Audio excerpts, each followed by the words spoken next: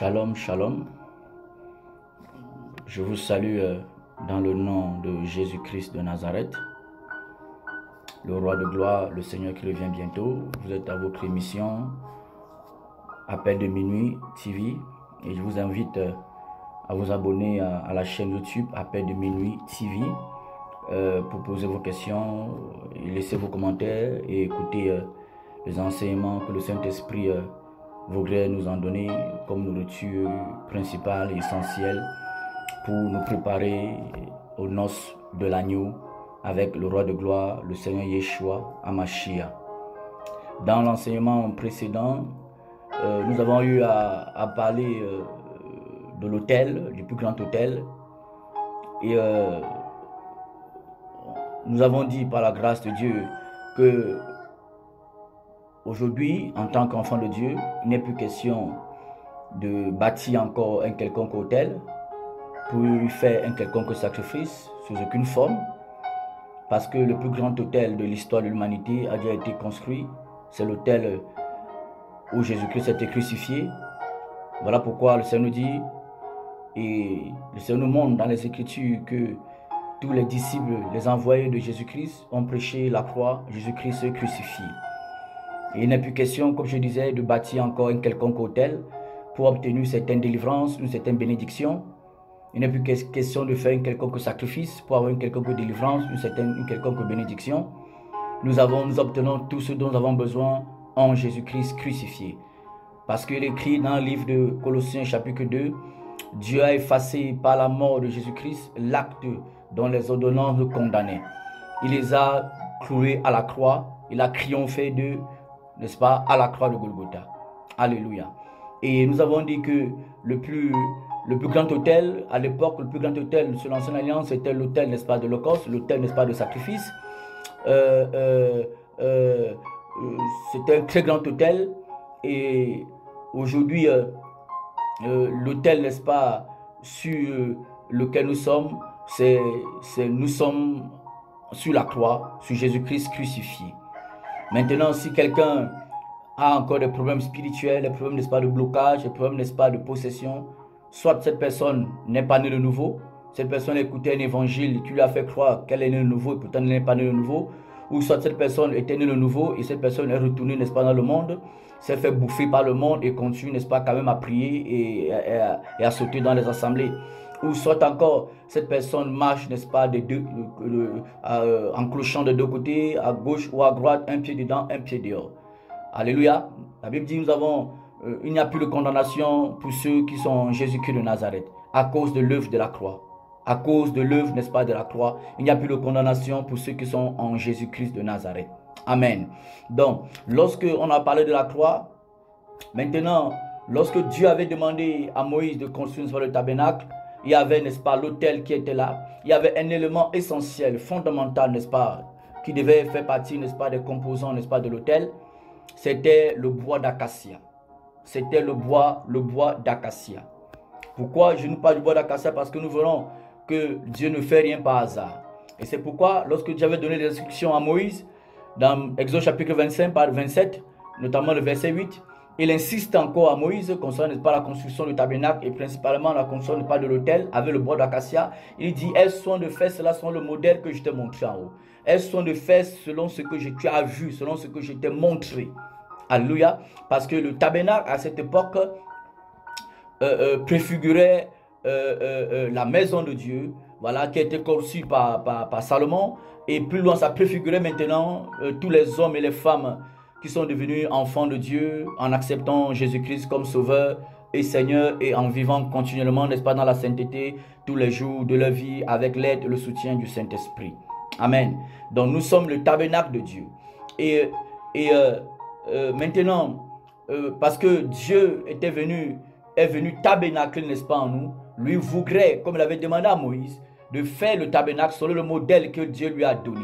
De même, nous aussi, si nous voulons demeurer le tabernacle, n'est-ce pas, de l'Éternel, nous devons, n'est-ce pas, marcher à l'image, n'est-ce pas, de Jésus-Christ. Nous devons porter les regards sur les hommes qui marchent, n'est-ce pas, à l'image, n'est-ce pas, de Christ, comme les Paul, les Pierre, comme ces hommes, n'est-ce pas.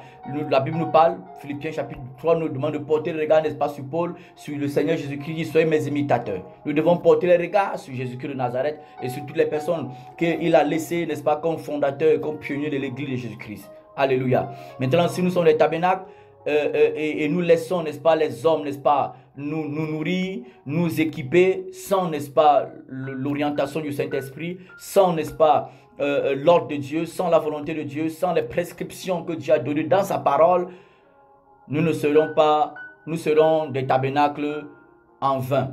Du moins, nous serons des tabernacles, n'est-ce pas, terrestres, non les tabernacles, n'est-ce pas, qui ont pour vision, n'est-ce pas, céleste. Alléluia. Donc, parmi les tabernacles, parmi les ustensiles, n'est-ce pas, du tabernacle, il y avait, n'est-ce pas, un élément très important, qui était très important avant, n'est-ce pas, d'avoir même accès à l'arche, n'est-ce pas, de l'alliance, où se trouvait le propitiatoire. Il y avait l'autel, n'est-ce pas, de sacrifice, encore appelé, n'est-ce pas, l'autel, n'est-ce pas, des holocaustes.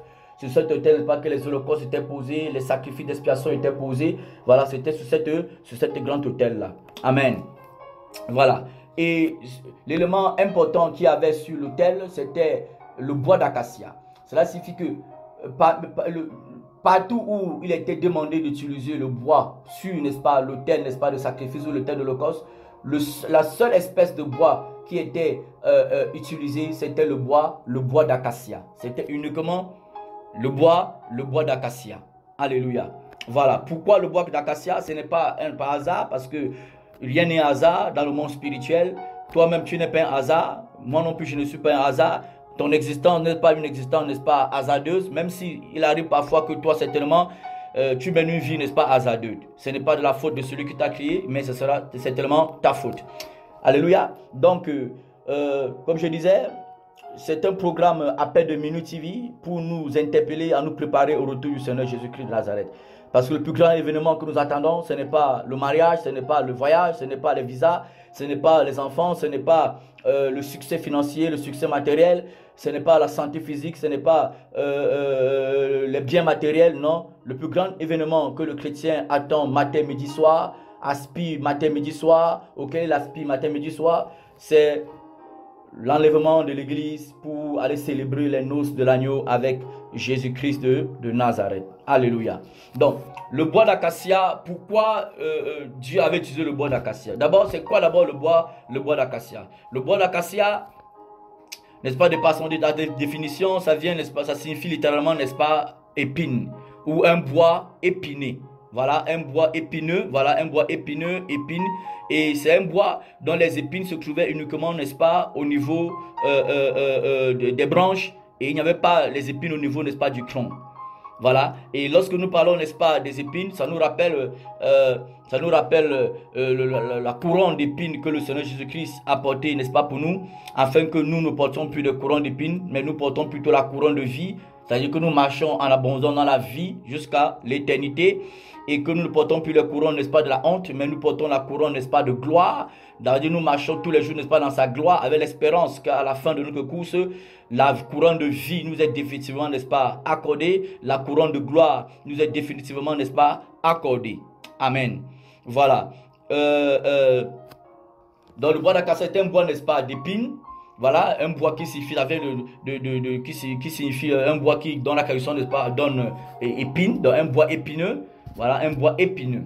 Et pour comprendre bien pourquoi on va parler du bois d'acacia, il faudrait qu'on parle, n'est-ce pas, des propriétés, n'est-ce pas, de ce bois. Et nous verrons que ce bois, les propriétés de ce bois renvoient à des choses très fortes, à des choses, n'est-ce pas, très solides, très puissantes, qui concourent, n'est-ce pas, à impacter, n'est-ce pas, le chrétien, à impacter, n'est-ce pas, celui qui devient enfant de Dieu, à impacter, n'est-ce pas, l'attitude de celui qui s'attend au Seigneur Jésus-Christ tous les jours et qui est animé tous les jours de l'espérance de la résurrection des morts. Alléluia. Voilà. Déjà, l'une des propriétés, n'est-ce pas, de ce bois d'acacia, c'est que ce bois, c'est un bois qui est très léger. Amen. C'est un bois qui est très léger. D'accord? Voilà, vous vous rappelez que dans Ésaïe, par exemple, Ésaïe 53, la Bible, n'est-ce pas, le Seigneur, n'est-ce pas, est apparu, n'est-ce pas, comme une faible plante. Voilà, faible. Voilà, une faible plante. Voilà, donc, c'est un bois, le bois d'acacia, c'est un bois qui est léger.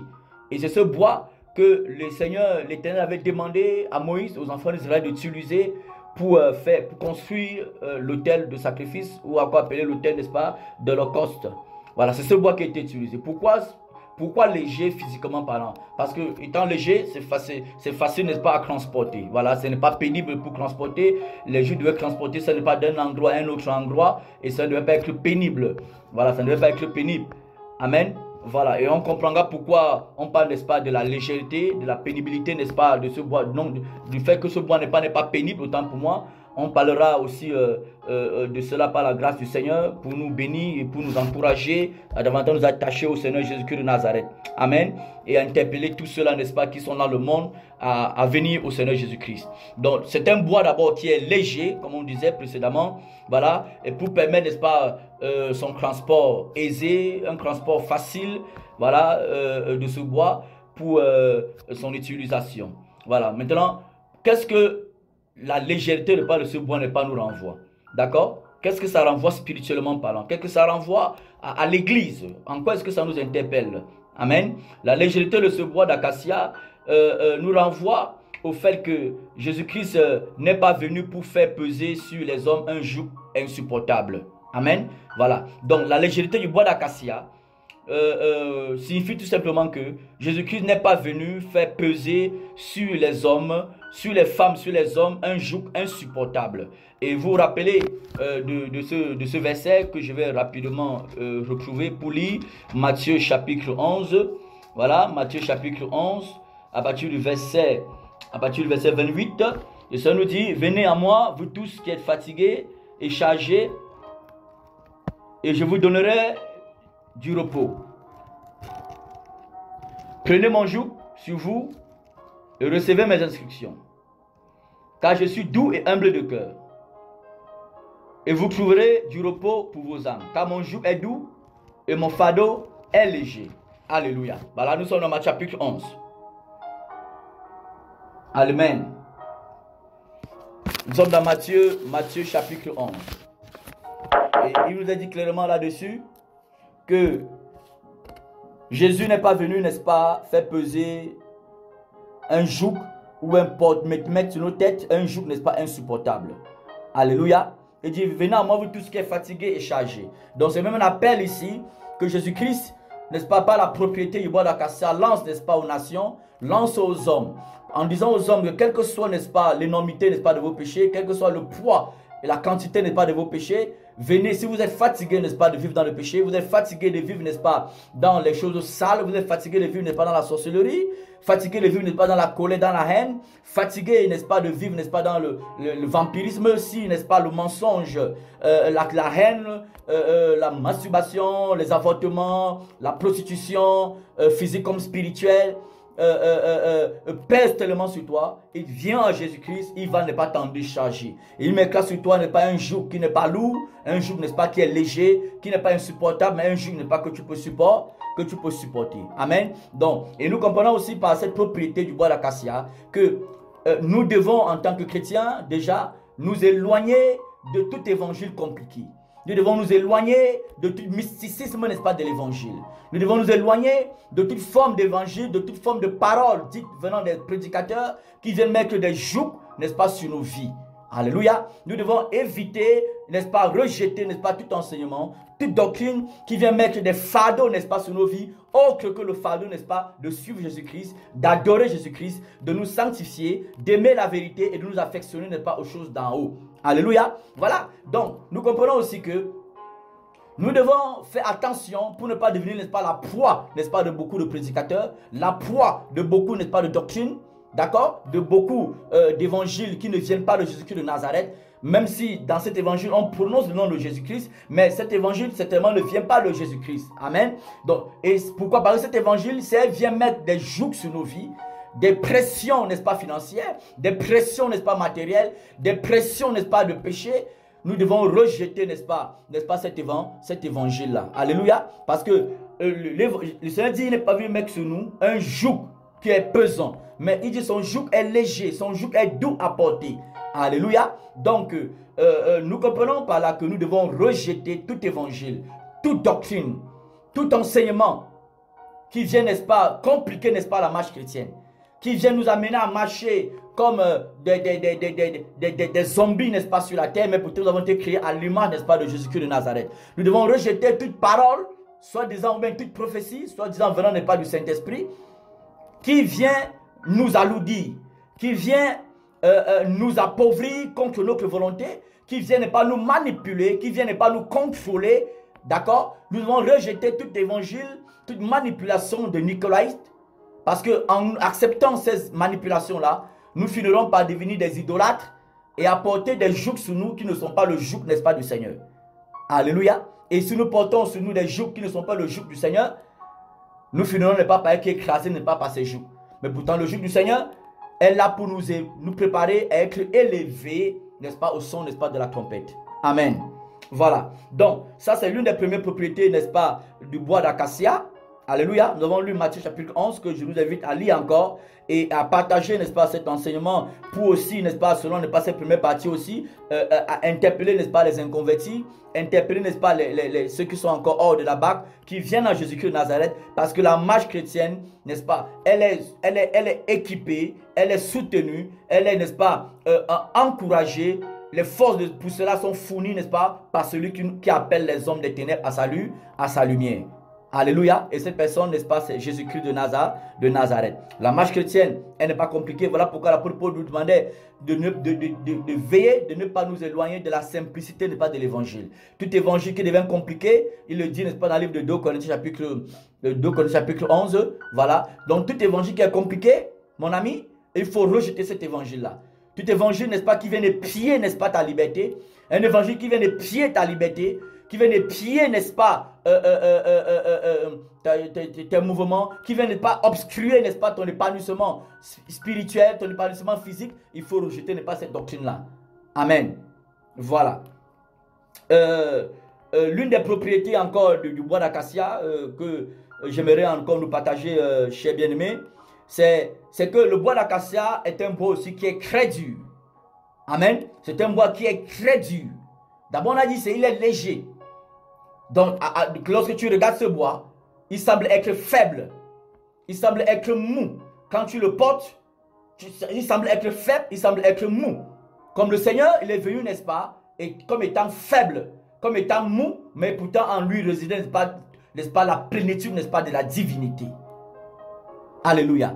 Voilà. Et le Seigneur dit que le Seigneur soit béni. Vraiment, le Seigneur Jésus est merveilleux. Voilà pourquoi nous devons parler de Jésus tous les jours. Élever Jésus-Christ tous les jours. Parce qu'il est grand. Amen. Voilà, nous devons arrêter les prédicateurs doivent arrêter, les chrétiens doivent arrêter de ne pas parler de leur argent, de parler de leur maison, de leur costume, de parler, n'est-ce pas, de leur voyage, de parler, n'est-ce pas, des choses, n'est-ce pas, de la terre, mais nous devons parler de Jésus-Christ. Élever Jésus-Christ. Voilà. Pas parler de lui de manière superficielle, parce qu'il est très profond, ce Jésus. Alléluia. Je dis, l'une des propriétés du bois d'acacia, c'est que ce bois est très dur. Il est très dur. Amen. Il est très dur. Voilà. C'est un bois qui n'est pas facile de briser, n'est-ce pas, ce bois-là. Il n'est pas facile de briser, n'est-ce pas, le bois d'acacia. On ne peut pas le briser facilement. Même si, de visuel, il semble être mou. Parce que lorsqu'on le touche, il est léger. Mais il est très dur. Ce n'est pas facile qu'il soit brisé. Ce n'est même pas facile qu'il soit brisé. Amen. Ce n'est pas facile qu'il soit brisé. Et vous vous rappelez que le Seigneur nous dit dans sa parole, dans le livre de, je pense dans le livre de 1 Pierre chapitre 5, si je ne me trompe pas, je vais rapidement le lire.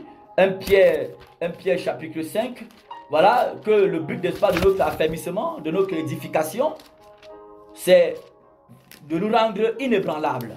Voilà. Amen. C'est de nous rendre inébranlables. Nous rendre vraiment inébranlables. Le Seigneur nous dit, dans le livre de 1 Pierre chapitre 5, verset 10, le Dieu de toute grâce, qui vous a appelé en Jésus-Christ, à sa gloire éternelle, après que vous aurez souffert un peu de temps, vous perfectionnera lui-même, vous affermira, vous fortifiera, vous rendra inébranlable. Amen. Vous rendra inébranlable. Alléluia. Voilà. Donc, c'est ce que nous voyons ici. Il nous dit clairement ici, que nous comprenons clairement ici que le bois d'acacia a une des propriétés, n'est-ce pas, qui est la dureté.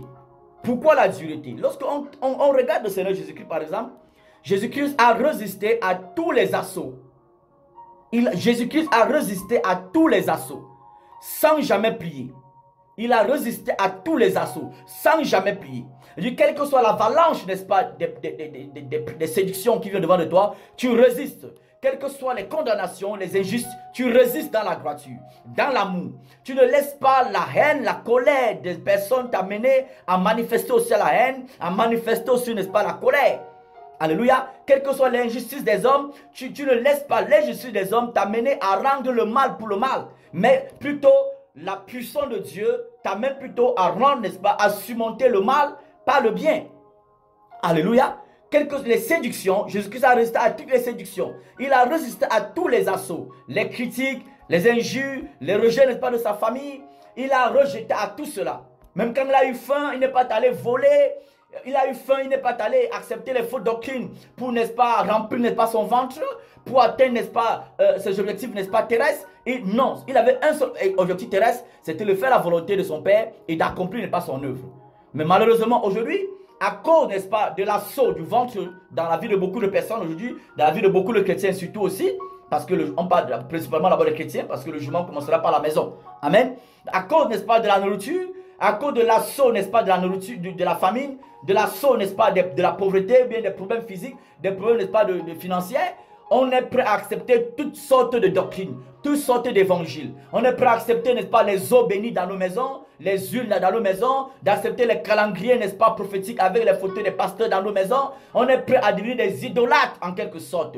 On est prêt à devenir pas des cupides, on ne pense qu'à argent. Lorsqu'on prie, on ne pense qu'à argent. Lorsqu'on dort, on ne pense qu'à argent. Mais cela signifie que l'assaut de la cupidité a eu dessus, n'est-ce pas, sur toi. L'assaut, n'est-ce pas, de la mendicité spirituelle a eu le dessus sur toi. C'est quoi la mendicité spirituelle? C'est le fait qu'à cause, n'est-ce pas, de ton ventre, tu es obligé, n'est-ce pas, d'aller te prostituer à plusieurs doctrines parce que tu vas à tout prix atteindre tes objectifs terrestres en rejetant l'évangile de la croix, l'évangile véritable, l'évangile du contentement, l'évangile de la sainteté. Tu acceptes toute forme d'enseignement, toute forme de doctrine qui vient pour aller en parallèle ou bien en direction, n'est-ce pas, de tes besoins terrestres. Tu acceptes cet évangile sans te poser la question, est-ce que cet évangile, c'est ce que les pieds ont prêché? Cet évangile, est-ce que c'est ce que Jésus-Christ a prêché? Jésus-Christ, mon frère, a résisté à tous les assauts. À tous les assauts. Tous les assauts. Aujourd'hui, à cause, n'est-ce pas, de la pression du chômage, la pression n'est pas du célibat, beaucoup, n'est-ce pas, de personnes vont embrasser tellement de doctrines, tellement de pratiques, bâtir tellement des hôtels pour atteindre, n'est-ce pas, ou bien pour résoudre leurs besoins. Leurs besoins. Mais pourtant, le Seigneur, c'est très simple. Le Seigneur Jésus-Christ dit, parce que j'ai souffert en toutes choses, je peux vous secourir dans mes besoins, dans vos besoins. Il dit, approchez-vous de moi. Alléluia. Le Seigneur dit, approchez-vous de moi, pour que secourir n'est pas dans vos besoins. Il dit, approchez-vous de moi, pour que secourir dans vos besoins.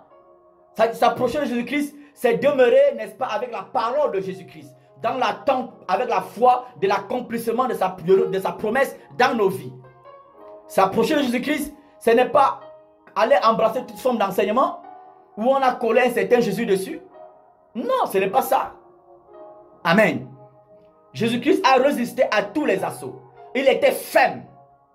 Voilà. Jésus-Christ était ferme. Il était ferme.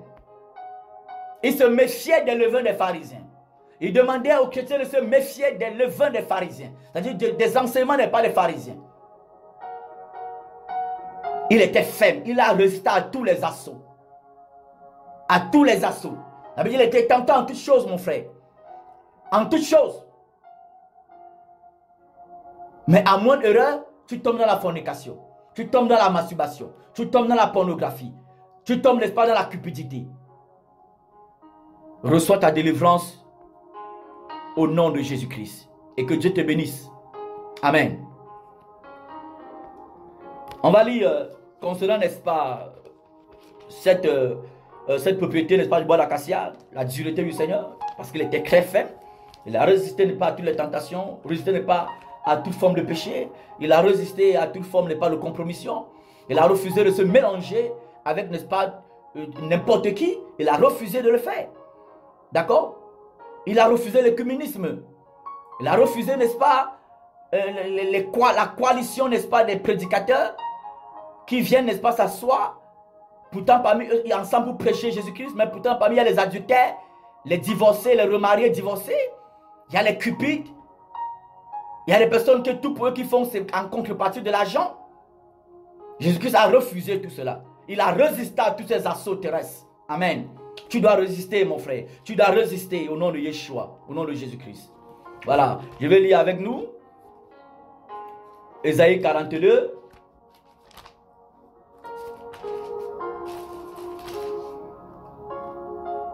Ésaïe 42, verset 4. Il ne se découragera point et ne se relâchera point jusqu'à ce qu'il ait établi la justice sur la terre et que les îles espèrent en sa loi. Il dit clairement ici du Seigneur, il ne se découragera point, il ne se relâchera point. Mais c'est-à-dire, un chrétien doit envoyer à lui la propriété que le bois d'acacia, n'est-ce pas, possède. La fermeté, la dureté. C'est-à-dire, tu ne dois pas te décourager. Car le Messie ne s'est jamais découragé. Tu ne dois jamais te relâcher. Tu dois persévérer dans la foi. Persévérer même dans la supplication de ce que tu attends, n'est-ce pas, de l'Éternel. Persévérer sans te compromettre. Alléluia. On a encore un passage par rapport à ça. Hébreux chapitre 4.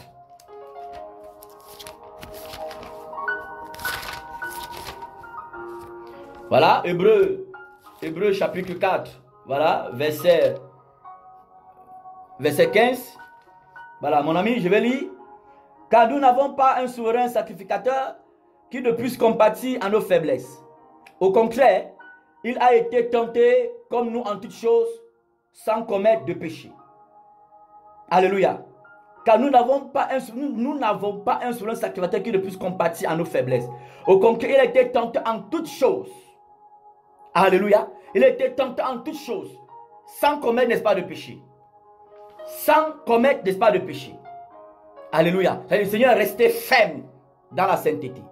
Comme le Seigneur nous dit par la bouche, n'est-ce pas, du sacrificateur Zacharie, dans le livre de Luc chapitre 1, verset 75, que nous devons marcher tous les jours dans la sainteté et la vérité, tous les jours de notre vie. Amen. Le Seigneur revient, mon frère. Le Seigneur revient, mon ami. Le Seigneur revient. Alléluia. Et toi, c'est tellement qui est te laissé assommer par un quelconque péché. Je prie pour toi que je te relève au nom de Jésus-Christ. Que les œuvres, tes œuvres, n'est-ce pas, de péché, ne t'empêchent pas de retourner vers l'Éternel. Au nom de Jésus-Christ. Amen. Voilà. On a encore, je pense que une troisième propriété, n'est-ce pas, du bois d'acacia. C'est le bois d'acacia. Après avoir cité, n'est-ce pas, une de ses qualités, vertus, n'est-ce pas, comme étant un bois très léger, comme étant un bois aussi très dur. Voilà, et on a vu parlant, n'est-ce pas, du joug que le Seigneur n'est pas mis sur nous. Il n'est pas venu, mais que, n'est-ce pas, nous accabler. Amen. Voilà, tout évangile qui vient t'accabler, n'est-ce pas, ne vient pas de Jésus-Christ. Voilà, toute soi-disant révélation, prophétie qui vient t'accabler, mais toi, la peur, la pression ne vient pas de Jésus-Christ de Nazareth. Amen. Voilà, nous avons parlé aussi quand il parle de mettre la pression terrestre, bien sûr. Voilà, tout évangile ou bien toute révélation, soi-disant venant de Christ, qui vient mettre une pression terrestre, une pression financière, d'accord, ne vient pas du Seigneur Jésus-Christ de Nazareth. Son joug est doux et léger. Voilà, facile à porter. On a parlé pas de la dureté, n'est pas du bois d'acacia. Voilà, qui est l'une des vertus du Seigneur Jésus-Christ, que nous devons aussi, n'est-ce pas, manifester et avoir, n'est-ce pas, tous les jours. Amen. Nous avons aussi en troisième position le bois d'acacia, n'est-ce pas, est un bois, un matériel imputrescible. Voilà, imputrescible. Cela signifie quoi? C'est-à-dire, cela, physiquement parlant, c'est un bois qui peut rester longtemps dans l'humidité, qui peut rester longtemps, n'est-ce pas, dans l'eau, sans pourrir. Un bois qui peut rester longtemps dans l'eau, longtemps, n'est-ce pas, dans l'humidité, sans pourrir. C'est un bois qui supporte les variations climatiques, sans, n'est-ce pas, en être endommagé. Alléluia. Donc, le bois d'acacia est un bois qui peut supporter toutes les variations climatiques qui peuvent exister, n'est-ce pas, sur la terre. En saison sèche, il est là. En saison pluvieuse, il est là. En saison de neige, il est là. Dans l'humidité, n'est-ce pas, il est là. Dans la chaleur, n'est-ce pas, il est là. Mais sans, n'est-ce pas, été dégradé. Sans, n'est-ce pas, être endommagé. Amen. Donc le bois d'acacia résiste à toutes les influences, n'est-ce pas, extérieures. Le bois d'acacia résiste à toutes les influences, n'est-ce pas, extérieures. Le bois d'acacia résiste à toutes les variations qui peuvent ne pas dans son entourage. Amen. Et lorsqu'on explique cette propriété-là, on est joyeux, on est content parce que c'est ce que la parole de Dieu nous dit clairement. C'est l'attente, n'est-ce pas, que Dieu veut, n'est-ce pas, recevoir, n'est-ce pas, de nous tous les jours. C'est ce que le Seigneur attend de nous tous les jours. Amen. Le Seigneur attend de nous que nous résistions à toutes les variations du monde. Que nous résistions à toutes les influences, n'est-ce pas, qu'il y a dans le monde. Que l'influence du monde ne nous impacte pas. Ne conditionne pas notre manière de vivre, notre manière d'être, notre manière de nous habiller, notre manière de parler. Le Seigneur voudrait que nous ne laissions pas le monde nous dicter ce que nous devons faire au quotidien. Mais au contraire, laisser le Saint-Esprit, la parole de Dieu, nous conduire, nous éclairer, nous dire ce que nous devons faire au quotidien. Le caractère imputable du Seigneur Jésus-Christ s'est manifesté comment? Je dirais que le Seigneur Jésus-Christ a vécu dans le monde comme nous sommes dans le monde, bien sûr. Il a vécu dans le monde avec tout ce qu'il y avait dans le monde.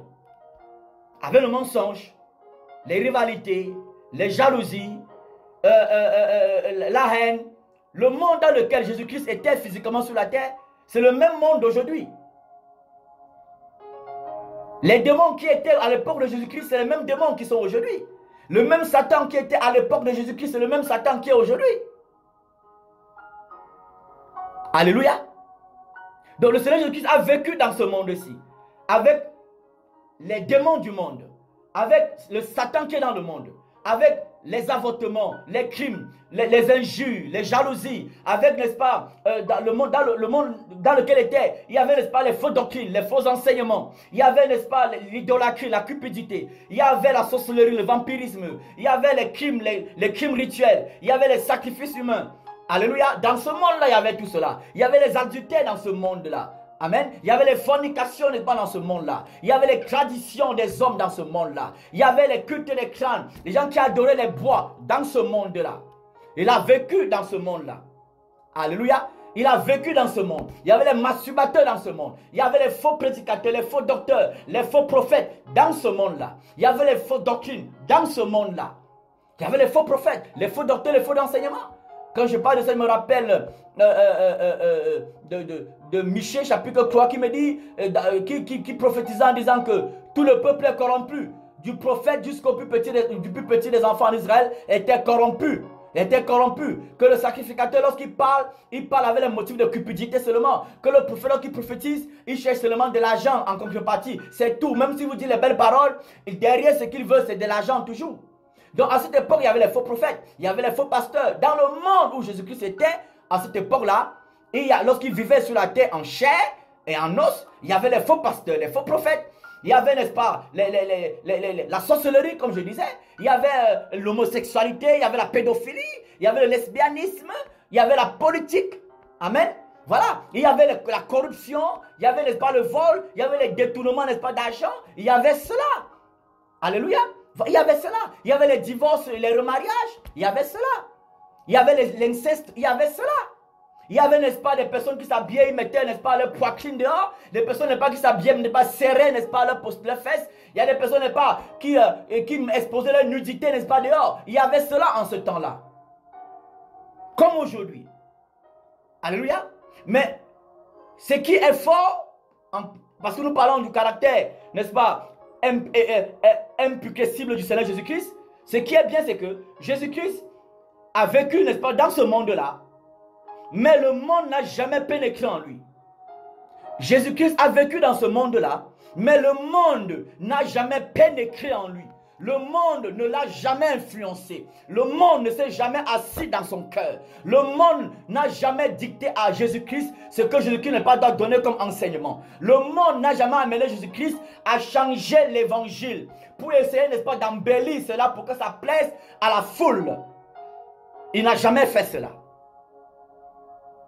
Il n'a jamais fait cela. Il a tenu dans ce monde, sans que le monde, n'est-ce pas, n'entre en lui. Sans que le monde, n'est-ce pas, de l'influence. Mais c'est dommage qu'aujourd'hui, le chrétien veut s'habiller comme le monde voudrait qu'on s'habille. Le chrétien s'habille selon les regards qui vont se poser sur lui. Et non selon le regard, n'est-ce pas, du Saint-Esprit. Ce qui est dommage, c'est qu'aujourd'hui, on a des personnes qui se réclament de Christ, qui s'habillent comme des prostituées.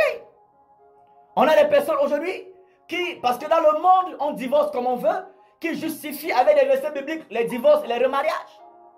On a, n'est-ce pas, dans l'église aujourd'hui, des personnes qui justifient la masturbation, des personnes qui justifient les avortements, des personnes qui utilisent les versets bibliques pour mettre des jougs financiers sur la tête, n'est-ce pas, des âmes que Dieu a racheté un grand prix et pour les amener à vivre une vie chrétienne libre, épanouie.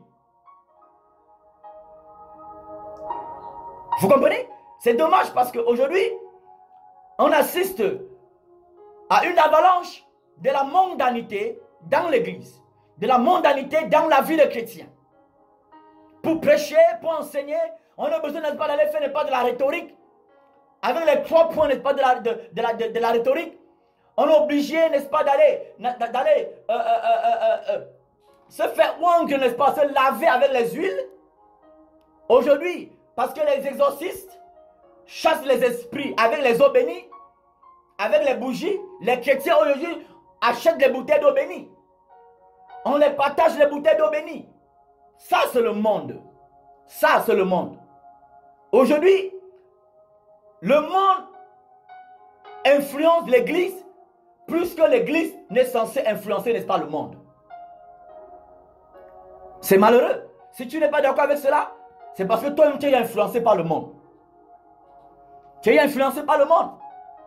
C'est pourquoi le Seigneur Jésus-Christ disait par la bouche de Daniel, par l'esprit de Daniel, que c'est ceux qui connaîtront les dieux qui agiront avec fermeté.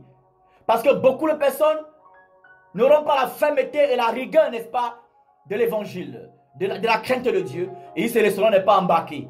Ils vont se fabriquer, n'est-ce pas, une foule de docteurs qui vont prophétiser, donner les paroles de connaissance, dire les choses, n'est-ce pas, qui vont dans le sens, n'est-ce pas, de ce qu'ils espéraient, de ce qu'ils attendaient. Les choses, n'est-ce pas, qui les arrangent, charnellement et de manière charnellement parlant. Voilà.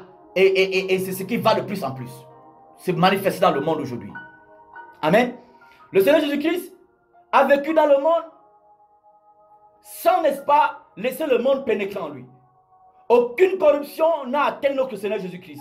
Aucune corruption, aucun mensonge, aucun évangile dilué n'est sorti de la bouche de Jésus-Christ, n'est sorti de la bouche de l'apôtre Paul, n'est sorti de la bouche de l'apôtre Pierre. Aucun évangile dilué, aucun évangile philosophique n'est sorti, n'est-ce pas, de la bouche, n'est-ce pas, de Paul et de Pierre, ni de Jésus-Christ de Nazareth. La sainteté de Jésus-Christ est restée intacte jusqu'au bout. Sa sainteté est restée intacte jusqu'au bout. Jusqu'au bout. Mais nous parlons du caractère imputrescible du Seigneur Jésus-Christ, qui est une propriété du bois d'acacia, un matériel qui était important, essentiel, fondamental pour la construction de l'autel, n'est-ce pas, de sacrifice ou l'autel de l'Holocauste. Et l'autel, c'est le lieu, n'est-ce pas, de l'élévation. C'est le lieu de l'élévation, l'autel. Ça signifie que le bois d'acacia devait jouer un rôle important dans la construction et le fonctionnement, n'est-ce pas, de l'autel, pour amener, n'est-ce pas, les hommes à être élevés dans la communion avec Dieu. Élevés dans la communion avec Dieu. Parce que quand on dit l'autel, c'est le lieu de l'élévation, certaines personnes mal enseignées, certaines personnes charnelles vont se dire, voilà, c'est le lieu, n'est pas, où je vais avoir mon élévation financière ou l'élévation matérielle. Non, c'est l'élévation dans la communion avec Dieu. Parce que si tu es élevé dans la communion avec Dieu, tout ce que ton Dieu te promet arrivera. Amen. Voilà. Ah, Seigneur Jésus-Christ est merveilleux. Dieu est tellement grand, Jésus-Christ est tellement grand, il est tellement grand, bien-aimé. Nous devons nous sanctifier, nous devons, n'est-ce pas, éviter de mettre sur nous les pas des fardeaux que le Seigneur n'est pas mis sur nous. Le Seigneur il dit plusieurs fois dans sa parole qu'il nous a racheté un grand prix. Ne devenez pas les esclaves, n'est-ce pas, des hommes. Ne devenons pas, n'est-ce pas, les esclaves du péché. Voilà, tu peux devenir esclave d'un homme et l'homme n'a pèse, n'est-ce pas, sur ta vie. Esclave n'est pas d'une doctrine, la doctrine la pèse, n'est-ce pas, sur ta vie. Il t'étouffe, ne te donne pas d'expérimenter la véritable joie, n'est-ce pas, du Saint-Esprit. Ta joie, c'est une joie, n'est-ce pas, circonstancielle. C'est une joie, n'est-ce pas, qui est liée, n'est-ce pas, peut-être à ce que tu obtiens à un moment donné. Il nous a racheté un grand prix. Ne devenez plus, n'est-ce pas, esclave des hommes. Donc, ne laissez plus que les hommes mettre les jougs, n'est-ce pas, sur vous. Parce que le joug qui vient des hommes est lourd et pesant. Et ça finit par casser, par détruire. Alléluia. Voilà, nous allons lire Jean chapitre 8. Et le Seigneur, la sainteté du Seigneur, comme je disais, est restée sans détérioration jusqu'à ce qu'il quitte, n'est-ce pas, la terre, jusqu'au bout, jusqu'à la fin, n'est-ce pas, de sa mission terrestre. Sa sainteté n'a subi aucune tâche. Amen. Il est resté intact dans la vérité, intact dans la sainteté, dans l'humilité, dans la droiture, dans la justice, dans l'amour. Amen. Voilà, jusqu'à la fin de sa mission. Nous avons Jean chapitre 8. Voilà, dans le verset 46.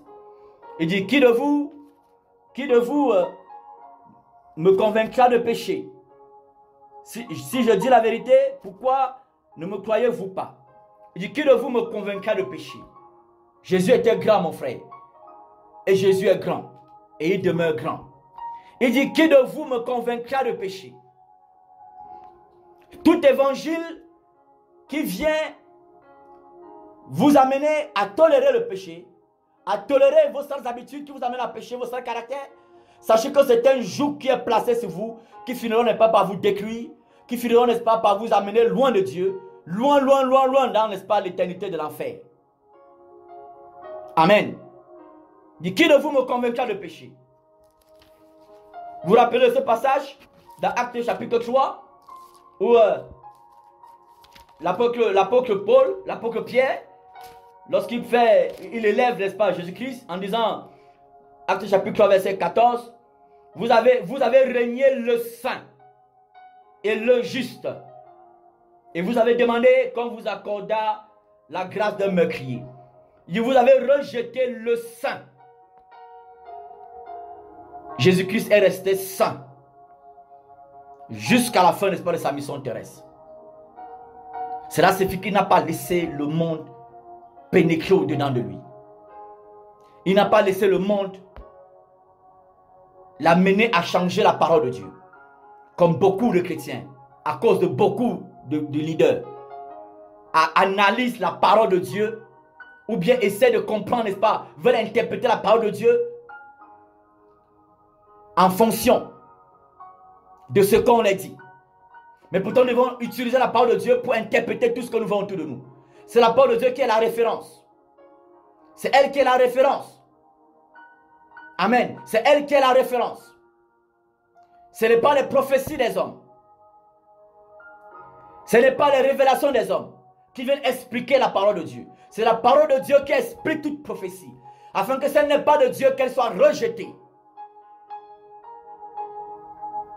Tout évangile qui vous amène, ou toute prédication qui vous amène à tolérer, n'est-ce pas, vos sales habitudes, à tolérer vos mauvais caractères, à tolérer le péché, et qui est indulgent vis-à-vis du péché, on peut mentir un peu, c'est pas grave. On peut taper son mari ou taper sa femme un peu, c'est pas grave. On peut tomber dans l'adultère, c'est pas grave, Dieu comprendra parce que le juste tombe cette fois, il se relève. C'est un évangile qui ne vient pas, n'est-ce pas, du Saint-Esprit. L'évangile est donné pour élever l'homme étant sur l'autel, n'est-ce pas, de sacrifice où son péché a été expié, pour élever l'homme dans la communion avec Dieu, afin que la perfection qui est en Dieu, n'est-ce pas, impacte l'homme au quotidien, pour que l'homme qui est perfectible aspire tous les jours à la perfection. Et nul ne peut désirer aspirer à la perfection et être indulgent face, n'est-ce pas, au péché. Nul. Amen.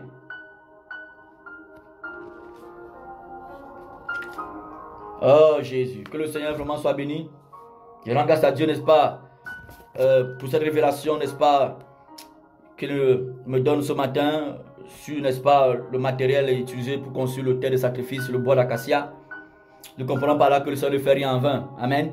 C'est-à-dire que même l'épreuve que tu traverses en ce moment, c'est tellement cette épreuve-là a un but vraiment, un but, n'est-ce pas, très louable, n'est-ce pas, dans ta vie. Ces épreuves-là, n'est-ce pas, sont là pour quelque chose, n'est-ce pas, de glorieuse, voilà, de puissant, de fort. Surtout si tu es dans cette épreuve, n'est-ce pas, selon la volonté du Seigneur, pas parce que tu as péché, pas parce que tu as volé, pas parce que tu as pratiqué l'adultère, pas parce que tu es devenu cupide, pas parce que tu prêches un évangile n'est pas terrestre, mais si tu es dans les épreuves, à cause, n'est-ce pas, de la vérité, à cause, n'est-ce pas, de l'amour pour le Seigneur, l'amour pour la vérité, à cause de ta sainteté, à cause de ton espérance en la résurrection, n'est-ce pas, des morts, sache que tes épreuves, n'est-ce pas, finiront par être couronnées. Alléluia. Finiront par être couronnées, n'est-ce pas, de gloire. Être couronnées, n'est-ce pas, de gloire. Couronnées, n'est-ce pas, de choses, n'est pas grandioses. N'est-ce pas, par la grâce, n'est-ce pas, de l'Éternel des armées. Alléluia. Donc, voilà, nous comprenons, n'est-ce pas, après, n'est-ce pas, ce petit temps, n'est-ce pas, d'enseignement sur le bois d'acacia, que ce n'est pas par hasard, voilà, que le Seigneur a utilisé, n'est pas, le bois d'acacia. Amen. Donc, c'est pas par hasard que le Seigneur Jésus-Christ est mort pour toi et que le Seigneur, tous les jours, il est là, n'est-ce pas, pour dire que je te fortifie, mon fils, je te fortifie, ma fille. Prends courage, avance, je suis avec toi. Voilà, c'est pas par hasard, c'est pas par hasard que le Seigneur, n'est-ce pas, tu lis dans la parole de Dieu, que le Dieu est là, il ne t'abandonnera jamais, il sera avec toi. C'est parce que le Seigneur, ce qu'il dit, il le fait. Amen. Et il est fidèle à ce qu'il dit. Alléluia. Parce que lui-même s'appelle le fidèle. Alléluia. Voilà. Donc, voilà, on comprend clairement, aisément, les raisons pour lesquelles Dieu avait demandé l'utilisation, n'est-ce pas, du bois d'acacia pour tout ce qui devait être en bois dans le tabernacle. Alléluia. Et nous savons qu'aujourd'hui, nous sommes le tabernacle de Dieu. Nous sommes aujourd'hui le tabernacle, n'est-ce pas, de Dieu. Nous sommes, n'est-ce pas, la maison, n'est-ce pas, de Dieu. Alléluia. Et si nous sommes le tabernacle de Dieu, nous devons laisser, n'est-ce pas, le caractère, n'est-ce pas, de Christ, n'est-ce pas, nous impacter au quotidien. Laisser, n'est-ce pas, la fermeté du Seigneur, n'est-ce pas, être notre partage au quotidien, nous caractériser au quotidien. Nous devons laisser, n'est-ce pas, le caractère imprécible, n'est-ce pas, du Seigneur, être notre partage tous les jours, afin que nous triomphons tous les jours, n'est-ce pas, de ce monde. Nous triomphons, n'est pas, de Satan tous les jours. Nous triomphons des démons tous les jours, des séductions de ce monde tous les jours. Nous triomphons des fautes doctrines tous les jours. Nous triomphons de la chair tous les jours. Amen. Et ainsi, pour que nous menions une vie chrétienne épanouie, une vie chrétienne joyeuse, une vie chrétienne, n'est-ce pas, libre, n'est-ce pas, par l'Esprit Saint. Alléluia. Voilà. Donc, Dieu te bénisse. Toi qui as écouté cet enseignement, je t'inviterai aussi, si tu le veux bien, à partager cela. Parce que le Seigneur, au travers de cet enseignement, parle à nous, Église, et parle aussi aux inconvertis. Amen. Voilà, parce qu'il dit aux inconvertis, comme je le disais, que son joug est doux et léger. Le joug de la sorcellerie pèse beaucoup. Le joug, n'est-ce pas, de l'adultère pèse beaucoup. Le joug, n'est-ce pas, de la fornication, ça pèse beaucoup. Le joug du vampirisme pèse beaucoup. Le joug de la masturbation pèse beaucoup. Parce que quand tu te masturbes, tu es obligé de te cacher. Parce que ça pèse dans ta conscience. Ça pèse dans ta conscience. Amen. Le joug de la pornographie, elle pèse aussi. Elle pèse beaucoup. Parce que quand tu fais la pornographie, tu te caches. Parce que c'est lourd dans ta conscience. Ça pèse dans ta conscience. Amen. Le joug de l'adultère pèse aussi parce que tu te caches quand tu fais l'adultère. Le joug, n'est-ce pas, de la corruption, n'est-ce pas, pèse. Le joug, n'est-ce pas, des crimes rituels pèse. Le joug, n'est-ce pas, de la jalousie pèse. Parce que quand tu es jalouse, tu te mets, n'est-ce pas, à rire avec les gens de manière hypocrite. Mais dans ta conscience, tu sais que tu es fausse. C'est-à-dire que ça pèse. Amen. C'est-à-dire que lorsque toutes ces choses pèsent, n'est-ce pas, sur ta vie, et que le Seigneur te dit de venir à lui parce qu'il va te décharger, tu dois courir pour venir à lui, mon ami. Amen. Tu viens à lui, mon ami. Viens à Jésus-Christ pour qu'il te délivre du joug, n'est-ce pas, du péché qui pèse sur ta vie, qui t'amène à mener une vie, n'est-ce pas, de honte. Alléluia. Voilà. Et chrétiens, résistons, n'est-ce pas, à toute forme de variation, n'est-ce pas, climatique, spirituelle, n'est-ce pas, au quotidien. Que toute forme de variation spirituelle ne pénètre plus, n'est-ce pas, notre vie. Toute forme de variation mondaine, toute forme, n'est-ce pas, de développement mondain, toute forme, n'est-ce pas, de manière de vivre de ce monde qui est concret, n'est-ce pas, à Dieu, ne doit plus pénétrer, n'est-ce pas, à nous, au nom de Jésus-Christ de Nazareth. Je vous invite à partager cet enseignement. Et n'oublions pas notre verset biblique fondamental d'Appel de Minuit TV, Romains chapitre 13. Voilà, nous connaissons ce passage, Romains chapitre 13. Voilà, que je vous invite aussi à lire davantage à la maison. Romains chapitre 13 à partir du verset 11 au verset 14. Voilà, la nuit est avancée et le jour, n'est-ce pas, approche.